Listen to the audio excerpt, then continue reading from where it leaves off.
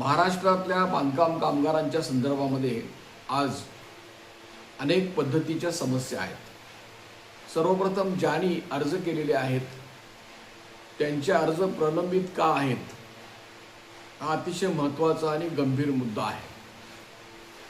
त्यांच्या वेबसाईटवर सेवा स्तर नावाचा एक विषय आहे इतरमध्ये, त्यामध्ये दर 3 तासाला महाराष्ट्रातल्या प्रलंबित अर्जांच्या बद्दल, मंजूर अर्जांच्या बद्दल माहिती अपडेट केली जाते।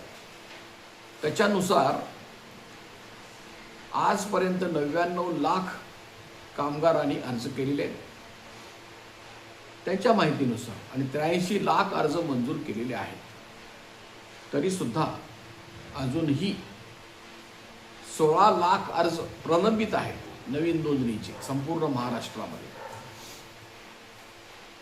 नूतनीकरणाच्या बद्दल सुद्धा तीच अवस्था आहे। नूतनीकरण ज्याने अर्ज केलेला आहे आणि ज्याने मंजूर झालेले नाहीत असे 10 लाख अर्ज आहेत। त्याच्यानंतर लाभाचे जे दावे केलेले आहेत ते 9 लाखापेक्षा जास्त हे अजूनही प्रलंबित आहेत। आता हे जी त्यांची माहिती आहे, उघड माहिती म्हणा, प्रसिद्ध केलेली माहिती म्हणा, त्याचं प्रत्येक कामगारांनी आता नाईलाज असतो विश्लेषण केलं पाहिजे। याबद्दलचं सरकारचं जे धोरण आहे ते विसंवादी आहे, परस्पर विरोधी आहे। 9 सप्टेंबर 2025ला महाराष्ट्र सरकारने लोकसेवा हक्क हमी कायदा बांधकाम कामगारांच्या 23 योजनांना लागू केलेला आहे। हमी दिलेली आहे त्यांनी, आणि कायदा करून हमी दिलेली आहे।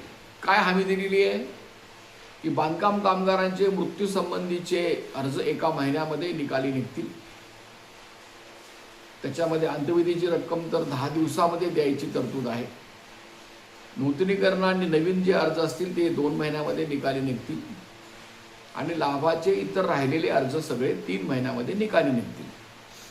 आता जी आता आकडेवारी मी तुम्हाला सांगितली प्रथम प्रलंबित अर्जाची, ती स्थिती त्यावेळेसही तशीच होती। सप्टेंबर 2025ला त्यावेळेसही तेवढेच अर्ज प्रलंबित होते। आता ही जी आकडेवारी मी तुम्हाला सांगितलेली आहे ते आज अचानक आज प्रलंबित झालेले अर्ज नाहीत, हे तुंबलेलं आहे सगळं।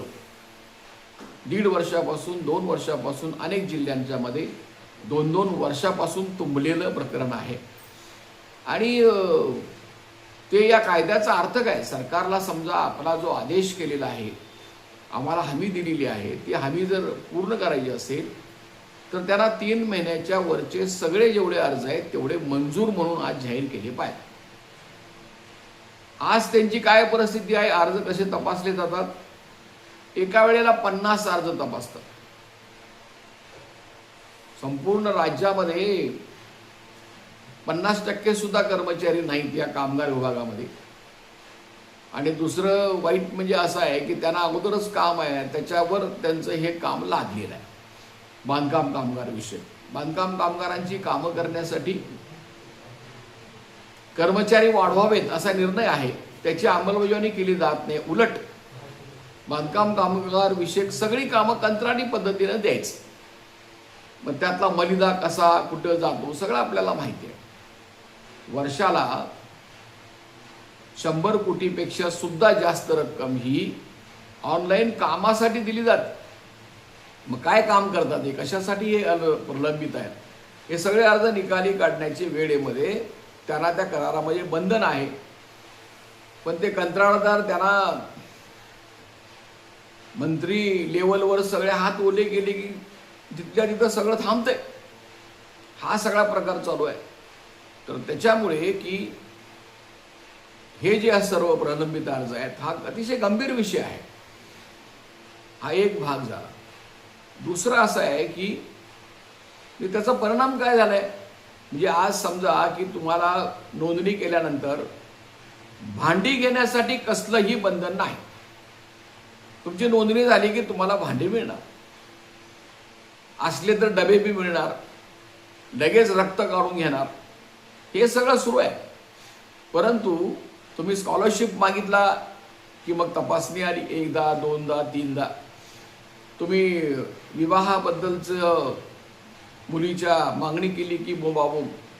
बाकीच्या कुठल्याही योजना द्यायच्या नाही. किंबहुना वर्षश्राद्ध झालं तरी 10,000 रुपये ही जी अंत्यविधीची रक्कम आहे ती मिळत नाही. त्यांचा जर सगळा ताळेबंद तपासून बघितला तर इतकी बोंबाबोंब आहे की जितक्या कामगारांचा मृत्यू झालेला आहे त्या सगळ्यांना त्यांनी अंत्यविधीची रक्कम दिलेली नाही. त्यांनी सगळ्यांना महिन्याला 2,000 रुपये जे द्यायचे आहेत ते दिलेले नाहीत. आणि 50 वर्षाबद्दलचं पुढचं तर बोंबाबोंबच आहे सगळी. मग यांचा ठराव असा आहे, ठराव होता की तुम्ही दोन्हीपैकी एक लाभ घ्या, परंतु ते नोव्हेंबर 23 पासून स्पष्ट भूमिका त्यांनी घेतलेली आहे की 50 वर्षाच्या वर असेलच लाभ देणार. त्याची आता आमची एक केस सुरू आहे कोल्हापूर हायकोर्टमध्ये. 2016 साली आम्ही दाखल केलेले 19 विधवा महिलांची, त्याची सुनावणी आता 23 तारखेला आहे. तर हे सगळं प्रत्येक योजनेबद्दलचं हे सगळं चालू आहे. आदेश त्यांनी काढलेले आहे 9/9/2014 एका महिन्यामध्ये निघाले पाहिजे. आता याच्याबद्दल त्यांनी जी कार्यपद्धती आखलेली आहे ती 50 अर्ज तपासल्याशिवाय पुढे जायचं नाही, ही पद्धत आहे. आता या पद्धतीनं हे जर गेले तर हे 35 लाख प्रलंबित अर्ज तपासायलाच नुसता 10 वर्षे लागतील. आणि आता जे तपासतायत त्याच्यामध्ये 99% अर्ज हे नामंजूर करतायत. म्हणजे यांनी तालुका सेंटर्स नेमलेले आहेत, लाखो रुपये देऊन खर्च केलेला आहे. तालुका सेंटरमध्ये तपासलेल्यांनी अर्ज बरोबर आहे म्हणून शिफारस केल्यानंतर सुद्धा जिल्हा केंद्राकडून तो अर्ज नामंजूर केला जातो किंवा तिथे तपासलाच जात नाही. आणि एखादा जरी अर्ज मंजूर झाला हजारातला एखादा, तर पैसे मिळत नाहीत. पैसे मिळायचं प्रकरण आणि ते मुंबईमध्ये आहे. तर हे अतिशय चीड आणणारा प्रकार आहे. दुर्दैवाने बांधकाम कामगारांच्या कोणीही या अन्यायाकडे, भ्रष्टाचाराकडे, गैरव्यवहाराकडे बघून चौकशीची मागणी करायला तयार नाही. बऱ्याच जणांना आनंदाच्या उकळ्या फुटल्या, चला आता आमदारांच्या हातात सगळं अर्ज मंजूर करायचं जाणार, तेही राहिलं. हायकोर्टने सांगितलं हे बरोबर नाही, कायद्यात काय तरतूद आहे बघा, कलम 18 मध्ये काय तरतूद आहे बघा, तुम्ही अगोदरच अधिकार दिलेले आहेत आणि कायद्याच्या विरोधी आहे, त्यामुळे तुम्हाला हे करता येणार नाही म्हणून स्थगिती दिली आहे. स्थगिती दिल्यानंतर सुद्धा या मंडळाच्या सेक्रेटरीने इतका कांगावखोर प्रकार केलेला आहे की हायकोर्टच्या ऑर्डरचा अपमान चालू ठेवलेला आहे. सवय आहे या सचिवाला, म्हणायचं नाही. म्हणजे पूर्वी जी पद्धत होती अर्ज मंजूर करायची ती सुरूच केली नाही. आणि त्या आमदारांच्या कमिट्यासाठी जे ID तयार केलेले आहेत त्याच्यावर अर्ज तपासले जातात, त्याची पद्धत वेगळी आहे. तर हे सगळं अशा ह्या सगळ्या गोंधळामध्ये अर्ज हे आज निकाली निघत नाहीत असं सरळ सरळ स्पष्ट झालेलं आहे. आणि आत्ताच्या वेगाने विचार केला तर हे 10 वर्षे लागतील. आणि अर्ज नामंजूर करण्याचा त्यांना अधिकार नाही. जे अर्ज बरोबर भरलेले आहेत, काय त्यात चुकीचं आहे सांगा? अर्ज बरोबर असतो, प्रमाणपत्र बरोबर असतं, नाव बरोबर असतं, पत्ता बरोबर असतो. आणि हे काय करतात, काय कारण देतात? पूर्ण पत्ता लिहिलेला नाही. आधार कार्डमध्ये पत्ता असतो, तो तुम्ही बघू शकता, तो काय नकली नसतो. पिनकोड नंबर चुकलाय म्हणून अर्ज नामंजूर. आता पिनकोड नंबर सगळे देशातले तुमच्या कॉम्प्युटर आहेत ना, ज्या त्या गावचे अर्ज म्हणजे नंबर आहेत, तुम्ही बघू शकता. तर उघड खोट्या कारणावरून, चुकीच्या कारणावरून वरून दिलेल्या आदेशाप्रमाणे की अर्ज नामंजूर करायचं असं चालू आहे. त्यामुळं अर्ज नामंजूर करणाऱ्या अधिकाऱ्यांना शिक्षा झाली पाहिजे, दंड झाला पाहिजे, अशी मागणी केल्याशिवाय आणि तसं झाल्याशिवाय काही पर्याय नाही. आता हे सगळं लक्षात घेऊन हे काही ते ऐकायला तयार नाही. आमचं निवेदन हे केराच्या टोपलीत टाकतात, त्याच्यावर काही चर्चा करत नाही. अनुभव असा नाही की कामगार संघटनेने मागणी केली आणि त्यांनी मान्य केलेली असा काही अनुभव नाही. म्हणून हा हा जो लोकसेवा हक्क हमी कायदा जो महाराष्ट्र सरकारने केलेला आहे त्याचं उल्लंघन चालू आहे, त्याच्याबद्दल या सरकारला राग येत नाही. म्हणजे किती भयानक प्रकार आहे की ते बांधकाम कामगार कल्याणकारी मंडळ त्यांना जो लागू झालेला हा कायदा आहे तो सरळ ते फेकून देतात.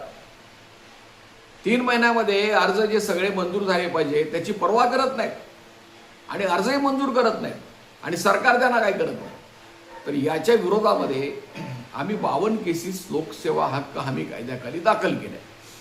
त्या कायद्याची प्रोसिजर सगळी आम्ही वापरली.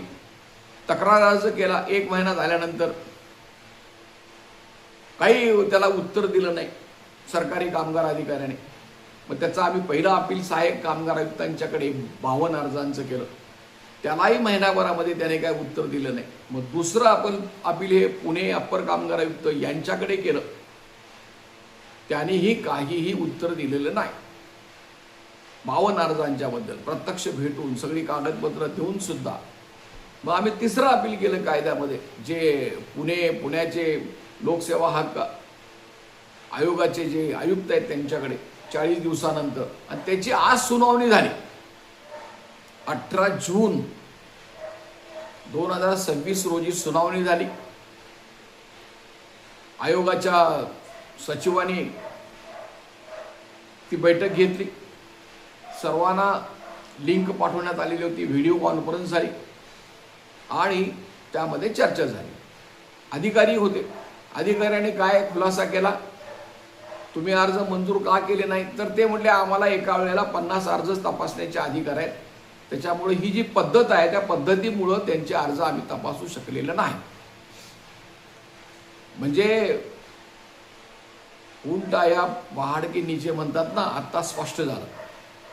यापूर्वी हे काही बोलायला तयार नव्हते. याने जे ठराव केले आहेत मंडळामध्ये 50 हे चुकीचे आहेत आणि मुळात त्यांना 3 महिन्याच्या पुढचे अर्जच त्यांना प्रलंबित ठेवता येणार नाहीत.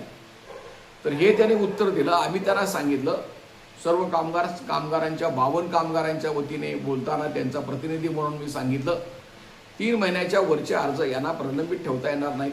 जेवढे अर्ज प्रलंबित ठेवलेले असतील त्या प्रत्येक अर्जासाठी 5,000 रुपये दंड आकारणी केली पाहिजे असं आम्ही सांगितलं. आता याच्याबद्दलचा रिपोर्ट आहे तो सचिवांनी आयोगाने सांगितलं की हा रिपोर्ट आम्ही शासनाकडे पाठवून देतोय आणि त्यांनी संबंधित आणखीन कागदपत्र जे असतील ते देण्यासाठी आणखीन एक 8 दिवसानंतरची तारीख ठेवलेली आहे. म्हणजे महाराष्ट्रामध्ये आम्ही या कायद्याखाली हा कायदा या मंडळाचा सचिव अजिबात पाळत नाही, उल्लंघन करतात, पायदळी तुडवतात, म्हणून आम्ही 52 केसेस दाखल केलेले आहेत. त्याची प्रक्रिया सुरू आहे. त्यामुळे की आपल्याला याच्याशिवाय पर्यायच नाही. मग आता ते काय करणार आहेत, एकतर उशीर लागणार आहे, दुसरं म्हणजे काय, जे तपासले जातील अर्ज ते संपूर्ण महाराष्ट्रामध्ये नामंजूर करायचं सुरू आहे. आता ज्यांनी काही चिरीमिरी दिलेली आहे, ज्यांचे अर्ज मंजूर केले, अशा काही अधिकाऱ्यांच्यावर कर्मचाऱ्यांच्यावर फौजदारी केसेस दाखल झालेले आहेत. कामगारांना बोगस म्हणून झालं. आता यांच्या अधिकारीच पैसे खायला त्यांनी सुरुवात केलेली आहे. पैसे दिल्याशिवाय अर्ज मंजूर करायचं नाही आणि त्यांच्यावर केसेस झालेले. काही कर्मचारी जेलमध्ये सुद्धा आहेत. हा सगळा प्रकार सुरू आहे. तर त्याच्यामुळे काही अधिकारी कर्मचारी चांगले आहेत, प्रामाणिक आहेत, चांगल्या पद्धतीने काम करतात, पण जी कीड लागलेली आहे ती त्यांनी दूर केली पाहिजे. तर हे असं सगळं सुरू आहे. म्हणून आता आम्ही 52 केसेस दाखल केलेले आहेत. त्यामुळे महाराष्ट्रातल्या सर्व बांधकाम कामगार नोंदणीकृत आहेत ते संघटना प्रतिनिधी किंवा त्यांचं काम करणारे प्रतिनिधी असतील, नेट कॅपेवाले असतील, त्यांनी एक लक्षात घेतलं पाहिजे की तुम्ही लोकसेवा हक्क हमी कायद्याखाली तक्रार केल्याशिवाय तुम्हाला न्याय मिळणार नाही. तो कायदा वाचा, तो वेबसाईटवर आहे. जरूर काही प्रश्न असल्यास आमच्याशी संपर्क करा. जर ही तक्रार केली तरच आज काय आहे की तुमचा अर्ज नामंजूर झाला की सरळ सांगतात दुसरा अर्ज करा, अर्ज दुरुस्ती करायला परवानगी नाही. खरं म्हणजे कायद्यामध्ये अशी तरतूद आहे कलम 12 खाली जो बांधकाम कामगार असतो त्याचा अर्ज कोणताही जर नाकारला गेला तर त्याला त्याच्या संदर्भात म्हणणं मांडण्यासाठी संधी द्यावी लागते. हे याने ठेवलंच नाही, हे कायदाच यांनी गुंडाळून ठेवलेला आहे बांधकाम कामगारांचं. त्यामुळं ती संधी त्यांना द्यायला पाहिजे. आणि ती संधी कधी निर्माण होते तर हे आम्ही लोकसेवा हक्क हमी कायद्याला सांगू शकतो की कायदा असा आहे आणि आम्हाला संधी मिळालेली नाही आणि आमचा अर्ज तुम्ही मंजूर केला पाहिजे.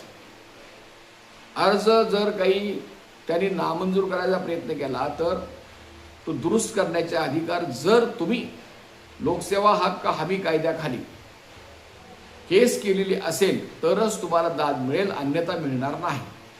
हे लक्षात घ्या.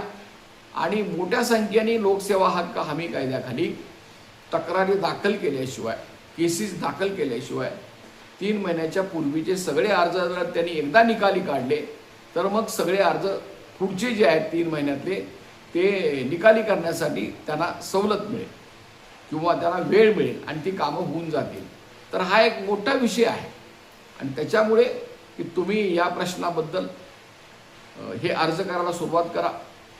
मी इतर बांधकाम कामगार विषयक कल्याणकारी योजना ज्या बंद पाडलेल्या आहेत त्या कसं सुरू करायच्या याच्याबद्दल पुढच्या यूट्यूब भाषणामध्ये त्याच्याबद्दलचं मी स्पष्टीकरण देईन. तर आजचा हा ठळक मुद्दा जो आहे की आम्ही आज 52 केसेस दाखल केलेल्या आहेत आणि अशाच पद्धतीने हे समजावून घेऊन बांधकाम कामगारांनी हा कायदेशीर मार्गाचा संघर्ष करावा. तीच त्यांना भाषा समजते हे लक्षात घ्या. जरूर काय प्रश्न असल्यास विचारा. मी शंकर पुजारी, महाराष्ट्र राज्य बांधकाम कामगार संघटना संयुक्त कृती समितीचा निमंत्रक आहे. माझा मोबाईल क्रमांक आहे 9960499366. हे जे लढा चालू आहे कायदेशीर मार्गाने आणि इतर मार्गाने त्याला तुम्ही सहकार्य करा. आपल्याला शक्य असेल तेवढी आर्थिक मदत द्या अशी आमची विनंती आहे. तर हे जे यूट्यूब चॅनल आहे ते तुम्ही सबस्क्राईब करा, लाईक करा, फॉरवर्ड करा. एवढं सांगून मी आजचं जे विवेचन आहे ते पूर्ण करीत आहे. धन्यवाद. लाल सलाम. जय भीम.